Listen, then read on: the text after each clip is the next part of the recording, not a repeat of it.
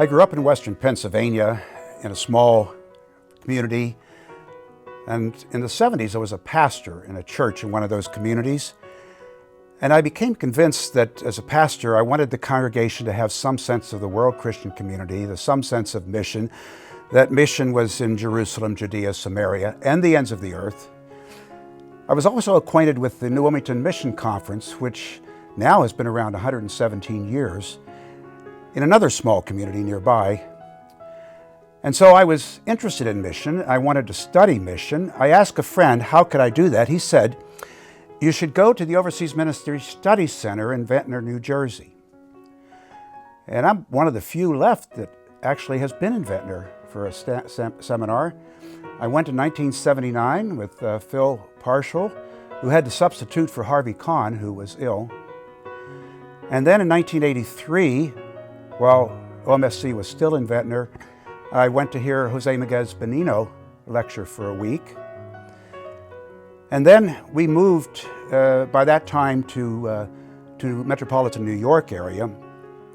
And all of a sudden, OMSC was in New Haven, only an hour from my home.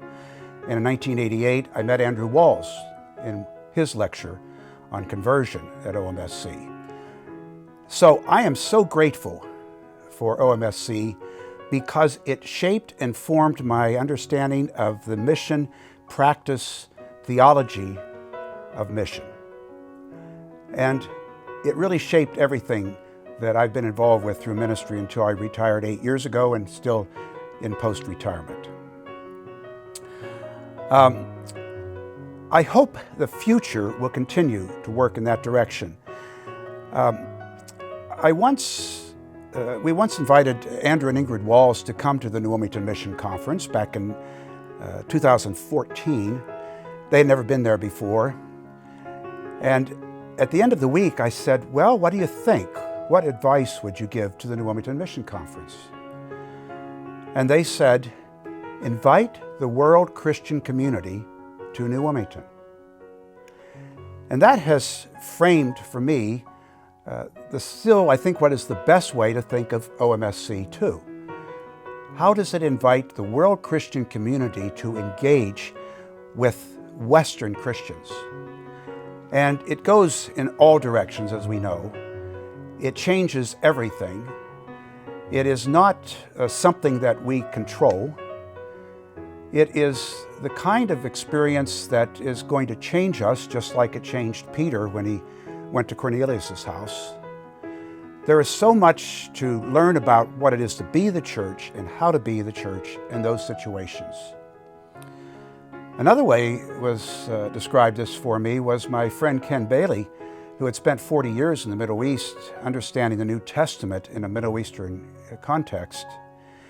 And when he gave a lecture at Cairo Seminary on the founding of their Center for Middle Eastern Christianity, he said to the Egyptians in Arabic, which his speech was entirely, come over and help us, with his allusion to the Macedonian man who said to Paul, come over to Europe and help us.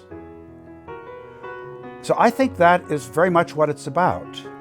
And I hope the future will be like that. In fact, I'm right now in conversations with Tom Hastings about a little project that the local congregation in New Wilmington, where we live now, is engaged, in which they have decided to invite one or two folks from the residents that come to OMSC for this next academic year to engage by getting to know them online through Bible study, bringing them to visit in the spring of next year, bringing them for a longer time in the summer, 2 or 3 weeks, including a week at that New Wilmington Mission Conference, engaging with the college, young people, engaging with Pittsburgh Seminary, even a handful of people in each of those places, and engaging with the New Wilmington Mission Conference.